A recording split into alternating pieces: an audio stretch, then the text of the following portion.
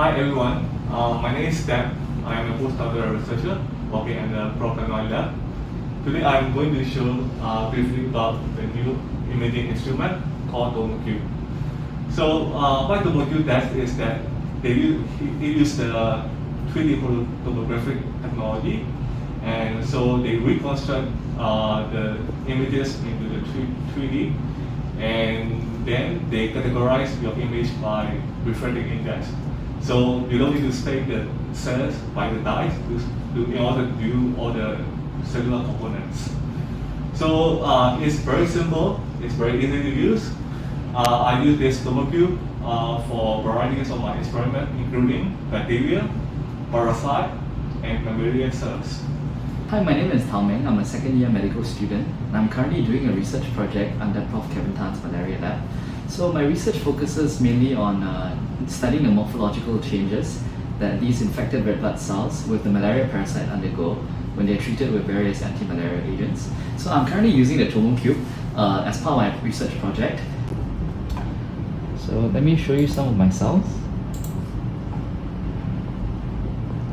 So how Tomocube works is that it basically uses the refractive index of the cell, and then it basically can show you the different regions of the cells with different refractive indexes.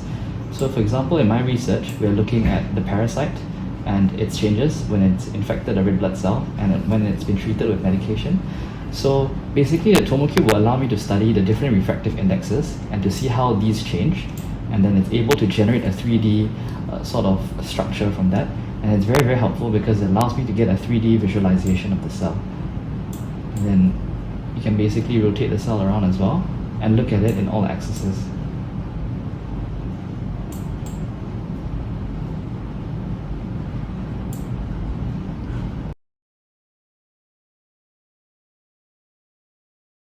So advantage of Tomocube is because it's very easy to use and it's very simple. You can just put the sample and can view it straight away.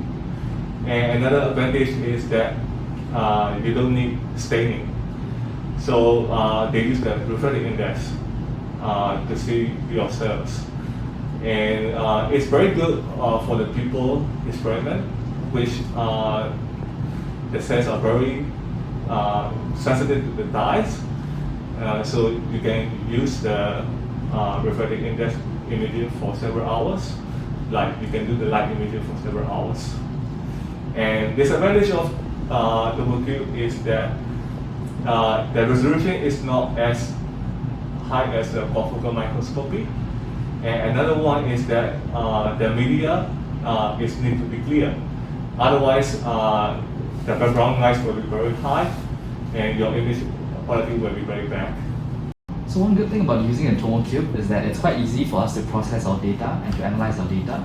So like for today, I've got 80 samples actually, and if I were to sit here manually to collate all my data and analyze them, it would take quite a while. So a good thing about using this Tomocube software is that I can apply a degree of automation to it, such that I don't have to be physically present here, and I will just let the computer run in the background and sort of process my data for me. So let me show you how it works.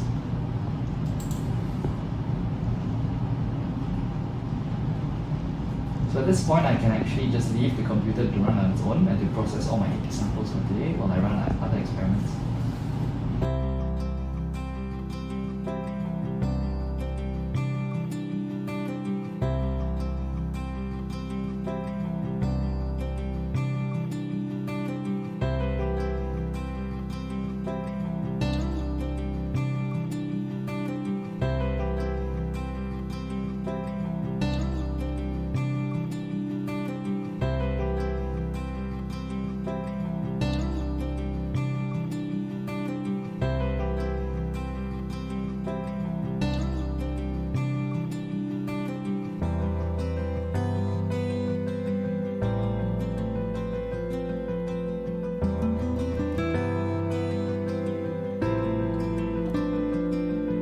Okay, right now I'm going to show you how we do the Tomocube experiment. So what you see here is three things that you need for Tomocube experiment. This is called Tomo dish, and this is normal cover slip, and this is just water. So what we normally do is we take out the cover of the battery dish, Tomo dish, and you put the 20 microliter sample in the Tomo dish, cover with the cover slip on the top of the sample, and then bring the Tomo dish and the Tomocube. Before doing so, you have to put one water droplet on the lower lens and one water droplet on the cover slip, and you carefully slot inside the Tomocube without touching the upper lens.